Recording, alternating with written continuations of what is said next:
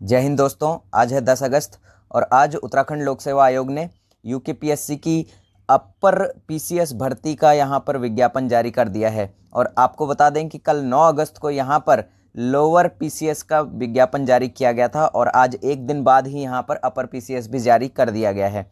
कितने पद यहाँ पर हैं, क्या आयु सीमा आपको चाहिए, कितनी आपकी शैक्षिक योग्यता होनी चाहिए, आयु की गणना कब से की जाएगी, एग्ज़ाम फीस क्या होगी, सारी चीज़ें हम आपको इस वीडियो में बताएंगे। तो शुरू से लेकर लास्ट तक वीडियो पर ज़रूर बने रहें।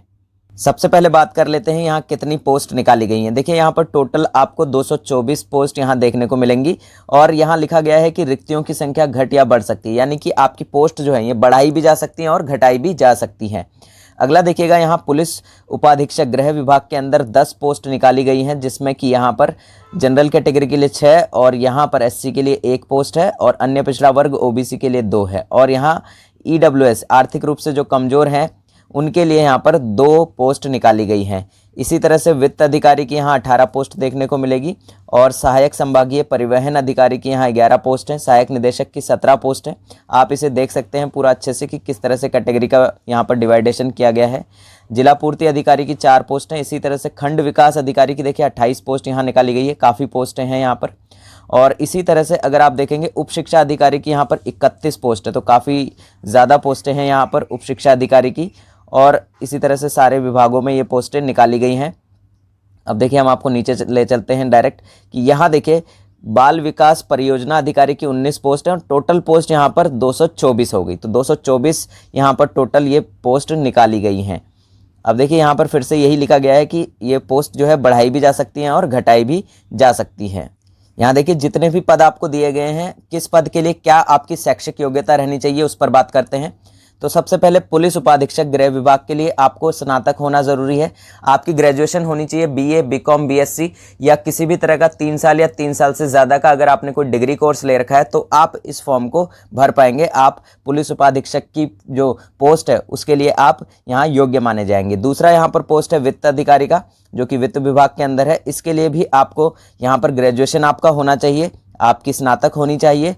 और अगला है हमारा सहायक संभागीय परिवहन अधिकारी, जो कि परिवहन विभाग में होते हैं। इसके लिए भी आपका ग्रेजुएशन होना चाहिए, आपकी स्नातक उपाधि होनी चाहिए। तीसरा है यहाँ पर सहायक निदेशक उद्योग की बात करें तो यहाँ पर भी आपका स्नातक होना यहाँ पर अनिवार्य है, आपकी ग्रेजुएशन होनी चाहिए। 5वां पद है जिला पूर्ति अधिकारी खाद्य का, जिसके लिए कि आपको यहाँ पर स्नातक उपाधि होना ज़रूरी है, आपकी ग्रेजुएशन यहाँ पर होनी चाहिए। अगला है यहाँ पर उप संभागीय विपणन अधिकारी, जिसके लिए भी आपको ग्रेजुएशन होना ज़रूरी है। अगली हमारी पोस्ट है यहाँ पर खंड विकास अधिकारी, इसके लिए भी आपका ग्रेजुएशन होना ज़रूरी है। अगली पोस्ट है हमारी यहाँ सहायक निबंधक सहकारिता गन्ना एवं चीनी विभाग। अब इसमें भी देखिए आपका ग्रेजुएशन होना ज़रूरी है, ग्रेजुएशन आपकी होनी चाहिए किसी भी स्ट्रीम से। सहायक श्रमायुक्त की बात करें तो यहाँ पर देखिए थोड़ा सा आपको एक अलग पॉइंट यहाँ डाला गया है कि सहायक श्रम आयुक्त के पद हेतु अभ्यर्थी के पास क्या होना चाहिए, अर्थशास्त्र, समाजशास्त्र, वाणिज्य, विधि, श्रम संबंध, श्रम कल्याण, श्रम विधि, समाज कल्याण के साथ, मतलब इनमें से आपके पास कोई एक विषय होना चाहिए और उसके साथ आपकी यहाँ पर ग्रेजुएशन होनी चाहिए। यहाँ स्पेशल ये विषय डाले गए हैं जिन विषयों में आपका ग्रेजुएशन होना चाहिए। तो यहाँ देखिए इसके लिए आपको एक अलग से यहाँ पर नोट डाल दिया गया है। अगला है यहाँ पर सहायक निदेशक कारखाना बॉयलर के लिए। इसमें देखिए आपको क्या दिया गया है कि विश्वविद्यालय से मैकेनिकल या इलेक्ट्रिकल में स्नातक, यानी कि आपका बीटेक यहाँ पर होना चाहिए। ठीक है, यहाँ पर हर पोस्ट के लिए अलग अलग तरह की यहाँ पर आपकी क्वालिफिकेशन होनी चाहिए। इसी तरह से यहाँ सहायक गन्ना आयुक्त है, इसके लिए आपका ये देखिए एग्रीकल्चर के अंदर आपकी ग्रेजुएशन होनी चाहिए, कृषि में आपका स्नातक होना चाहिए। तो ये कुछ पोस्ट हैं जिनके लिए अलग तरह की आपकी यहाँ पर क्वालिफिकेशन मांगी गई है। यहाँ देखिए कि उप शिक्षा अधिकारी स्टाफ ऑफिसर के लिए यहाँ पर आपको परास्नातक यहाँ पर उपाधि आपको चाहिए। तो इस तरह से सभी पोस्ट के लिए अलग अलग तरह की आपकी यहाँ पर क्वालिटी चाहिए। अगला देखिए यहाँ पर सहायक निदेशक मत्स्य पशुपालन विभाग के अंदर आपका देखिए मत्स्य पालन में आपकी एमएससी होनी चाहिए या फिर central institute of fisheries education Mumbai से आपका 2 साल का यहाँ डिप्लोमा होना चाहिए। किसके साथ, रसायन विज्ञान, प्राणी विज्ञान और वनस्पति विज्ञान विषयों के साथ आपका बीएससी हो। अब यहाँ देखिए ये स्पेशल आपकी यहाँ पर कुछ कैटेगरीज हैं, कुछ स्पेशल पोस्ट हैं जिसके लिए आपको यहाँ पर स्पेशल तरह का आपका डिग्री या डिप्लोमा चाहिए। तो ये आप पढ़ सकते हैं सारे किस किस पोस्ट के लिए कौन कौन सा यहाँ पर चाहिए, और इनमें ज़्यादा पोस्ट भी नहीं है, और बाकी जो पोस्टें हैं उनमें नॉर्मली आपको ग्रेजुएशन ही चाहिए। तो आप ग्रेजुएशन हैं अगर, तो आप बहुत सारी पोस्ट यहाँ पर भर सकते हैं। ये कुछ पोस्ट हैं जिनमें की पोस्ट जो है कम है, उनमें पदों की संख्या कम है और इनमें स्पेशल कैटेगरी के अकॉर्डिंग आपका डिप्लोमा या डिग्री होना चाहिए। यहाँ देखिए पुलिस उपाधीक्षक की जो पोस्ट है इसके लिए आपका फिजिकल भी होगा और फिजिकल में आपकी जो हाइट है जनरल कैटेगरी के लिए, यहाँ पर जनरल कैटेगरी के जो मेल हैं पुरुष हैं उनके लिए 167.7 सेंटीमीटर होगी और फीमेल के लिए यहाँ 152 सेंटीमीटर होगी। एससी कैटेगरी की बात करें तो 160 सेंटीमीटर यहाँ पर हाइट होनी चाहिए एससी कैटेगरी की, और महिला अगर आप हैं तो 147 सेंटीमीटर यहाँ पर एससी की फीमेल के लिए हाइट होनी चाहिए। अगर आप पर्वतीय क्षेत्र से हैं तो पुरुष के लिए यहाँ पर 162.7 सेंटीमीटर और महिला अभ्यर्थियों के लिए यहाँ पर 147 सेंटीमीटर की हाइट होना ज़रूरी है। अगली बात अगर हम करें यहाँ पर सीने की माप जो है ये सिर्फ पुरुष अभ्यर्थियों के लिए ही है। तो यहाँ देखिए एससी एसटी के लिए यहाँ पर पर्वतीय क्षेत्र के अगर आप हैं तो 76.5 सेंटीमीटर बिना फुलाए और फुलाकर यहाँ होना चाहिए 81.5 सेंटीमीटर, और यहाँ जनरल और अन्य जो अभ्यर्थी हैं उनके लिए 78.8 सेंटीमीटर यहाँ बिना फुलाए और फुलाकर होना चाहिए यहाँ पर 83.8 सेंटीमीटर। और यहाँ देखिए शारीरिक वजन जो है ये केवल महिला अभ्यर्थियों के लिए है कि उनका वजन जो है वो मिनिमम यहाँ पर 45 किलोग्राम तो होना ही चाहिए। और पुलिस सेवा के लिए आप एक चीज़ और ध्यान रखें कि आपकी आईसाइट जो है वो आपकी 6/6 होनी चाहिए, और दूसरी जो आंख है आपकी, एक आंख आपकी जो एक आई जो है आपकी 6/6 और दूसरी आई जो है आपकी 6/9 का आपका विज़न होना चाहिए। तो आप विज़न भी अपना अच्छे से चेक कर लें अगर आप इस पोस्ट को फिल कर रहे हैं तो। अब यहाँ देखिए आयु सीमा की अगर हम बात करें तो आयु सीमा आपकी न्यूनतम 21 वर्ष होनी चाहिए और अधिकतम आपकी 42 वर्ष होनी चाहिए। आयु की गणना को करनी है यहाँ पर 1 जुलाई 2021 से, यानी कि आपकी आयु की गणना 1 जुलाई 2021 के अकॉर्डिंग की जाएगी। और आयु सीमा में छूट यहाँ पर एससी एसटी कैटेगरी के अगर आप हैं तो आपको 5 वर्ष की यहाँ पर छूट दी जाएगी आयु में। ऑनलाइन आवेदन करने के लिए आपको OTR भरना है, यानी कि वन टाइम रजिस्ट्रेशन आपको करना है। अगर आपका पहले से वन टाइम रजिस्ट्रेशन हो रखा है तो बहुत अच्छी बात है, और अगर आप चाहते हैं कि हम इस फॉर्म को ऑनलाइन कैसे भरा जाता है वो आपको बताएं तो आप कमेंट बॉक्स में बता सकते हैं कि हमें आपको इस पर एक वीडियो बनाना है या फिर नहीं बनाना है। अब देखिए यहाँ पर शुल्क आपका क्या लगेगा, आपकी एग्जाम फीस क्या लगेगी। अगर आप जनरल कैटेगरी से हैं तो आपकी 176.55 रुपये लगेगी, जिसमें कि यहाँ पर आपका प्रोसेसिंग टैक्स यहाँ लिया जाता है 26.55 रुपये का, और 150 रुपये आपकी फ़ीस होती है। तो इस तरह से टोटल आपका 176.55 रुपये का फ़ीस यहाँ लगने वाला है। अगर आप यहाँ OBC कैटेगरी से हैं, अन्य पिछड़ा वर्ग कैटेगरी से हैं तो आपकी 176.55 रुपये, और अगर आप SC ST कैटेगरी से हैं तो टोटल आपका 86.55 रुपये लगेगा। और अगर आप आर्थिक रूप से कमज़ोर वर्ग से हैं तो आपका 176.55 रुपये, और अगर आप शारीरिक दिव्यांग हैं तो आपके 26 रुपये 55 पैसे यहाँ पर फीस लगेगी।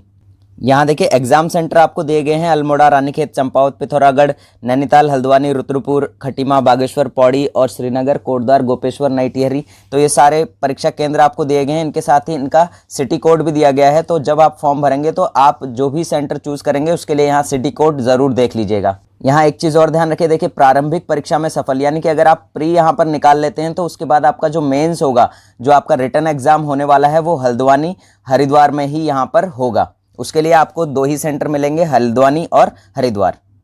अब यहाँ देखिए एग्जाम का पैटर्न आपका क्या रहने वाला है। तो एग्जाम पैटर्न में यहाँ पर आपका प्री टेस्ट जो होगा उसके अंदर आपका सबसे पहले जनरल स्टडीज़ का पेपर होगा जो कि आपका 150 नंबर का होगा, और हर एक क्वेश्चन यहाँ पर 1 नंबर का आपका होगा, और इसके लिए टोटल नंबर जो होंगे आपके वो 150 ही रहेंगे, और इसके लिए टाइम आपको दिया जाएगा 2 घंटे का। और दूसरा यहाँ पर टेस्ट आपका होगा जनरल एप्टीट्यूड का, सामान्य बुद्धिमत्ता का, जिसमें कि आपको 100 क्वेश्चन यहाँ पूछे जाएंगे और हर आपका क्वेश्चन जो है वो 1.5 नंबर का होगा। तो टोटल नंबर यहाँ कितने हो जाएंगे 150, और इसके लिए भी आपको समय मिलेगा 2 घंटे का। तो आपका टोटल जो नंबर हो गए वो हो गए यहाँ पर 300, और टोटल क्वेश्चंस की अगर हम बात करें तो यहाँ देखिए 100 ये हो गए और 150 ये हो गए, मतलब 250 क्वेश्चन आपके टोटल हो गए।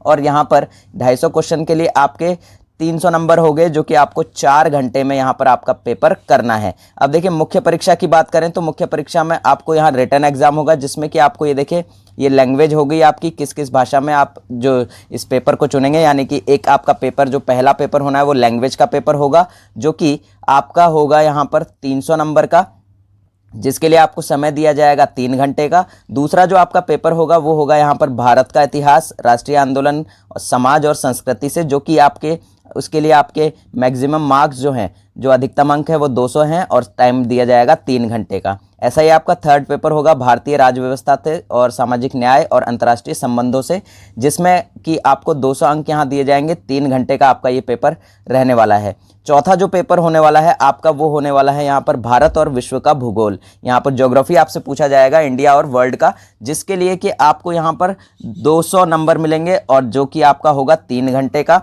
और पांचवा जो पेपर है आपका आर्थिक और सामाजिक विकास, जो कि 200 नंबर और 3 घंटे यहाँ पर आपके दिए जाएंगे। छठा जो पेपर होगा सामान्य विज्ञान और प्रौद्योगिकी का, जिसके लिए आपको 200 नंबर दिए जाएंगे और ये भी आपका होगा 3 घंटे का।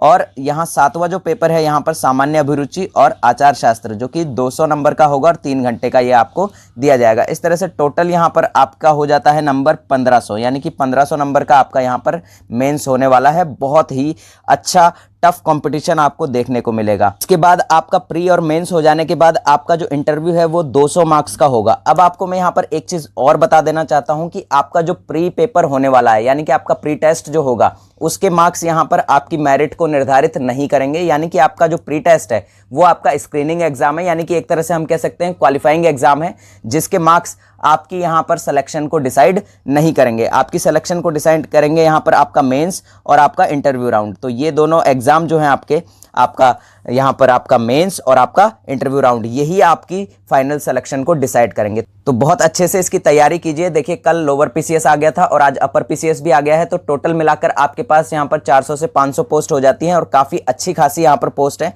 तो अच्छे से तैयारी कीजिए, अपनी जी जान लगा दीजिए, क्योंकि काफ़ी समय बाद ये रिक्रूटमेंट आई है, फिर पता नहीं ये मौका कब मिलेगा। तो मिलते हैं अगले वीडियो में, तब तक के लिए जय हिंद, जय भारत, जय उत्तराखंड।